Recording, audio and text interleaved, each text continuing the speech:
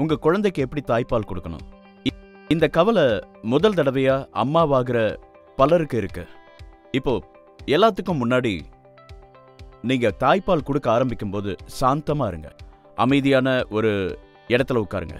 உங்க வீட்டில் அதாவது சத்தம் கம்மியா இருக்கிற தொந்தரவு இல்லாத இடத்துல உட்காருங்க.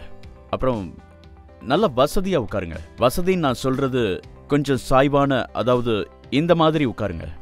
அதாவது படுத்துடவும் கூடாது, நேராவும் உட்காராதீங்க. உங்களுக்கு முதுகு வலிக்க கூடாது. ரொம்ப வசதியா சாஞ்சபடி உட்கார்ந்து குழந்தைய கையில வச்சுக்கிட்டு நீங்க ஹரிசாண்டலா பிடிச்சுக்கோங்க. அப்புறம் அந்த குழந்தைய உங்களோட நெப்பில உறிஞ்சு விடுங்க. அப்புறம் நிறைய அம்மாக்கள் எங்க தப்பு செய்யறாங்கன்னா, அந்த குழந்தை நெப்பில உறிஞ்சுதுன்னு நினைப்பாங்க. ஆனா எங்க நிறைய கேசஸ்ல இது நடக்காது. அதாவது லேட்சிங்ன்ற விஷயம் முழுமையா நடந்திருக்காது. இந்த லேட்சிங்னா என்ன? லேட்சிங்கிறது குழந்தையோட வாய் மார்பகத்தோட நிப்பிள் மொத்தத்தையும் பிடிக்கணுமே தவிர நிப்பிளோட நுனியே இல்ல.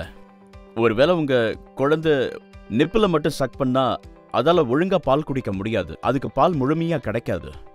அதனால லேட்சிங் முழுமையா இருக்கான்னு பாருங்க. குழந்தைய பிடிக்கிறது, குழந்தையோட கழுத்து பின்னாடியும் போகாம முன்னாடியும் வளையாம பார்த்துக்கணும். வளையவும் கூடாது, நிமிரவும் கூடாது. ஹரிசாண்டலா பிடிங்க, வசதியா உட்காருங்க. லேட்சிங் முழுமையா இருக்கணும். ஒவ்வொரு தடவையும் 15 to 20 நிமிஷம் கொடுங்க. அதுவும் உங்களோட ஒவ்வொரு பிரெஸ்ட்லயும்.